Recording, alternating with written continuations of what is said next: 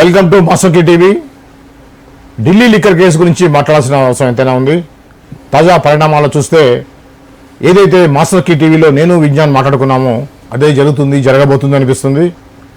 ముఖ్యంగా నిన్న రెండు విషయాలు జరిగాయి. ఒకటి, కేజ్రీవాల్కి బెయిల్ రావడం, అది ఆల్రెడీ మనం నిన్న ఊహించి చెప్పింది. రెండోది, కవితకి తన యొక్క కేసు ఏదవుతుందో దాన్ని మళ్ళీ వాయిదా పొడిగించడం, కస్టడీని పొడిగించడం. సో ఈ రెండు విషయాలు జరిగాయి. సో ఈ విషయాల గురించి మళ్ళీ మాట్లాడడానికి మన స్టూడియోకి వచ్చారు దాసరి విజ్ఞాన్ గారు. వారితో మాట్లాడి ఈ కేసు సంబంధించినటువంటి ఇంకా లోతుగా డెప్త్గా విషయాలు తెలుసుకునే ప్రయత్నం చేద్దాం.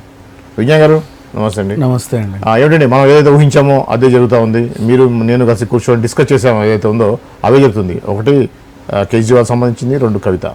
ఢిల్లీ లిక్కర్ కేసు సంబంధించి మీకున్నటువంటి ఇంకా డెప్త్ విషయాలంటూ చెప్తే మన ప్రేక్షకులు తెలియజేసే ప్రయత్నం చేద్దాం. సో మనం అనుకున్నాం, నిన్న అదే చెప్పాం, కేజ్రీవాల్కి బెయిల్ వస్తుంది, కవితకి బెయిల్ రాదు, అంతే.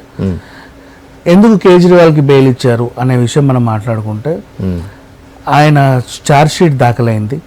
ఛార్జ్ షీట్ దాఖలైన తర్వాత ముందు ఆయనకి ఏమైనా నేర చరిత్ర ఉందా లేదా చూశారు. ఆయన మీద ఎట్లాంటి నేర చరిత్ర లేదు, అవినీతికి పాల్పడ్డాడని లేదు, ఎవరి మీద అత్యాచారం చేశాడని లేదు, దొంగతనం దోపిడీ కేసులు లేవు, బెదిరింపులు సెటిల్మెంట్లు లేవు, మర్డర్లు లేవు, అటెంప్ట్ మర్డర్లు లేవు, ఎవరన్నా బెదిరించిన దాఖలాలు లేవు, యాక్సిడెంట్ చేసింది లేదు, అసలు చెక్ బౌన్సులు లేవు, పోనీ ఏదైనా యాక్సిడెంట్లు లేవు, హెల్మెట్ పెట్టుకోవడం లేవు, సీట్ బెల్ట్ పెట్టుకోవడం అంటే ఏమీ లేవు. ఆయన మీద క్లీన్ చిట్ ఉంది. ఒక మనిషి ఫస్ట్ టైం క్లీన్ చిట్ ఉంది. నెంబర్ 2 అంటే అలవాటుగా నేరాలు చేసే మనిషి అయితే కాదు. ఇప్పటి వరకు ఉన్న దాఖలాలు అంటే పర్సనల్ గా ఆయన ఎన్ని చేశాడో బయటకు వెళ్ళాడో మనకు తెలియదు. మనకున్న ఇప్పుడు ఈ పోలీస్ సమాచారం వరకు మాత్రం, కోర్టు సమాచారం వరకు మాత్రం గతంలో ఆయన మీద ఎలాంటి నేర ఆరోపణలు లేవు. ఇప్పుడు వచ్చినవి కూడా ఆరోపణలు మాత్రమే. ఎలాంటివి? ఎన్ఐఏ దర్యాప్తు చేయాలి, ఆయన ఉగ్రవాదుల్ని సహకరించి విడిపించారని చెప్పి ఒక అపవాదం ఉంది. సరే, అది నిజమైతే ఆయనతో పాటు ఆ జడ్జీలని, లాయర్లని కూడా సస్పెండ్ చేయాల్సిన అవసరం ఉంటుంది. ఎందుకంటే ఈయన చెప్పినంత మాత్రం వాళ్ళు ఇలా చేస్తారు, అండ్ ఆయన చెప్పినంత పోలీస్ అధికారులు ఇలా చేస్తారు. అది చాలా పెద్ద విషయం. అది కూడా ఒక ఆరోపణ మాత్రమే.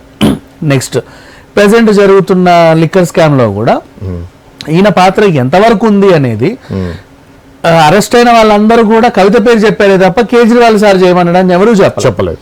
సంవత్సరాల సరబడి ఉన్నా కూడా అందరూ కవిత అన్నారే తప్ప కేజ్రీవాల్ అనలా.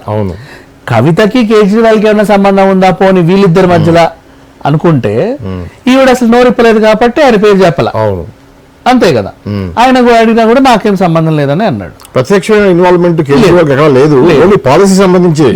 ఆ పాలసీ తీసుకురావడంలో ఏ ఉద్దేశంతో చేశాడు అనేది ఒకటి, ఆఫ్ కి నిధులు వచ్చాయి అనేది, ఈ రెండు విషయాల్లో కేజ్రీవాల్ అక్కడ దాకా తీసుకెళ్లి నేను ఇచ్చాను అని సుకేష్ చెప్పాడు, ఈమె ద్వారా ఇచ్చాను. ఆ పుచ్చుకున్నోడు నేను కేజ్రీవాల్కి తీసుకెళ్లి ఇచ్చానన్న దాఖలాలు లేవు. పుచ్చుకున్నోడు వెళ్ళి ఇంకే దగ్గర ఖర్చు పెట్టాడు. ఈ ఖర్చు వ్యవహారంలో ఈయన పాత్ర ఎంతవరకు ఉందనేది ఇప్పటిదాకా తేలాల. ఉందనేది అందరూ అనుకుంటున్న విషయమే. 100కి 100% వీళ్ళందరూ ఉన్నారు, ఇన్వాల్వ్ అయ్యారని అందరూ అనుకుంటున్న విషయమే. కానీ ఈ బెయిల్ విషయం మనం కేవలం బెయిల్ ఛార్జ్ షీట్ ప్రకారంగా తీసుకుంటే ఆయనకి ఇవ్వచ్చా ఇవ్వకూడదా అంటే, ఈయన రెగ్యులర్ గా నేరాలు చేసే మనిషి అయితే కాదు. పైగా ప్రెసిడెంట్ పాలిస్తున్నాడు ఆయన.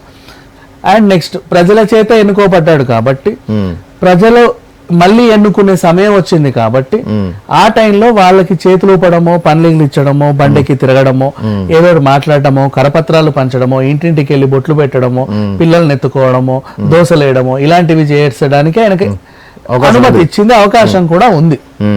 అండ్ కానీ ముఖ్యమైన పత్రాల మీద సంతకాలు చేయడము, ముఖ్యమంత్రి హోదాలో ఉండి సంతకాలు చేయడము కానీ, ఈ జైలు విషయాలు బయటపెట్టడం కానీ, ఈ కేసు గురించి ఎక్కడైనా మాట్లాడడం కానీ, ఈ కేసుకు సంబంధించిన ఫైల్స్ ని మళ్ళీ తెరిచి చూడడం కానీ, లేకపోతే ఇంకేదైనా ప్రభుత్వానికి సంబంధించిన కార్యకలాపాలు చేయడం కానీ అర్హత లేదు.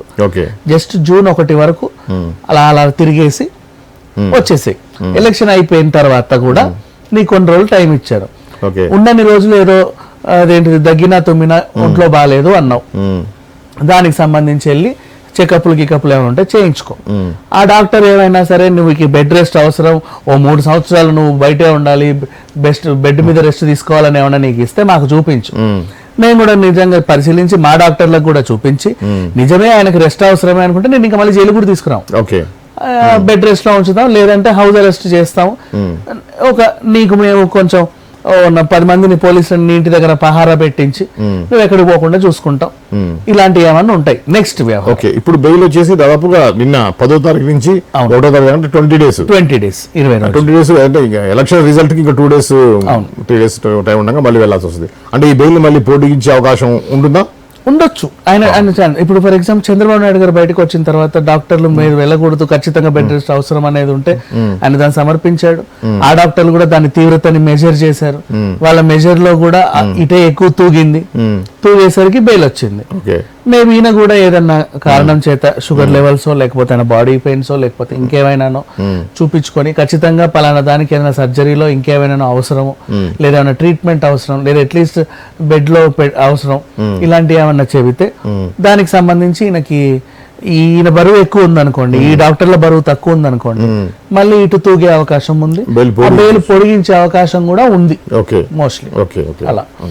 అండ్ నెక్స్ట్ ఇక కేజ్రీవాల్ విషయాన్ని పక్కన పెట్టేసి కవిత దగ్గరికి వస్తే మరి ఆయనకు వచ్చింది బెయిల్, కవితకి ఎందుకు రాలేదు బెయిల్ అనే విషయం గురించి మనం మాట్లాడుకుంటే కవిత విషయంలో 10 మంది చెప్పారు ఆమె పాత్ర ఉంది అని, ఈయన పాత్ర ఉందని ఎవరు చెప్పలా. అవును, ఆమె పాత్ర ఉందని చెప్పింది.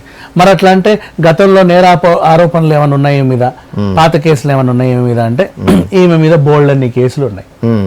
ఈమె మీద లోకల్ కేసులు కూడా అక్కడ అంతకుముందు కూడా పసుపు రైతులు కూడా బోల్డ్ అని కేసులు పెట్టారు, మమ్మల్ని బెదిరించింది, అలా చేసింది ఇలా చేసింది అని కేసులు ఉన్నాయి. ఈమె మీద సెటిల్మెంట్లు దందాలు ఉన్నాయి. లిక్కర్ స్కామ్ పక్కన పెడితే ఇంకా భూ వివాదాలు ఇంకేవేవో కేసులు ఉన్నాయి, పాత కేసులు ఉన్నాయి. సో నేరాలకు అలవాటు పడే మనిషి అని వాళ్ళకి తెలిసింది. పైగా ఇక్కడికి వచ్చి నోరిప్పట్ల మీడియా ముందు రాగానే రంకెలేయడం, కేజ్రీవాల్ అట్లేం చేయట్లా, అన్ని సైలెంట్ గానే వచ్చాడు. మీడియాలో వచ్చినా మీడియా రాకుండా అట్లాగే ఉన్నాడు, విడుదలయ్యాక కూడా అలాగే ఉన్నాడు, వెళ్ళేటప్పుడు అలాగే ఉన్నాడు. ఈమె అలా చేయట్లే, ఎగిరి పడుతుంది. సరే నీ సంగతి ఏందో చూస్తామమ్మా తల్లి అని చెప్పి నువ్వు ఉండు. అండ్ నువ్వు ఇచ్చావని పలానా ఆయన చెప్తున్నాడు, నువ్వు ఇచ్చింది ఆయనకి ఇచ్చానని ఎవరు చెప్పట్లా, రైట్? నువ్వు ఇచ్చావని అయితే ఆధారాలు ఉన్నాయి మా దగ్గర, గట్టిగా ఉన్నాయి. అండ్ నెక్స్ట్ నువ్వు ప్రజలకు అవసరమైన మనిషివైతే కాదు, నీకు బెయిల్ ఇస్తే నువ్వు పారిపోవచ్చు, ఎక్కడికన్నా వెళ్ళిపోవచ్చు, మళ్ళీ నిన్ను ఎత్తుక్కోవడానికి మేము చావాలి. సో నీకు ఇచ్చే అవకాశం లేదు, నువ్వు ఇక్కడే ఉండు అని 224 పేజీల ఛార్జ్ షీట్ దాఖలు చేసి దాంట్లో ఇవన్నీ పెట్టగా మెజర్ చేసినటువంటి జడ్జి అవును ఈమెకి బెయిల్ ఇవ్వడానికి వీల్లేదు, కేజ్రీవాల్ అర్హుడు అని తీర్పిచ్చాడు. అదే ఈమెని 24 వరకు పొడిగించారు. ఈ బెయిల్ దీని గురించి లేదు అట్లా ఎట్లా ఇస్తారు, ఇంకోసారి చూడండి అంటే సరే 24వ తారీఖు మళ్ళీ చూస్తాలే అని చెప్పి మూసేసి పంపించాడు. అది జరిగింది. ఇప్పుడు మళ్ళీ 24వ తారీఖు వరకు ఉంటది. నేను మళ్ళీ చెప్తున్నా వినండి, 10 నెలల వరకు కవితకి బెయిల్ వచ్చే అవకాశం లేదు.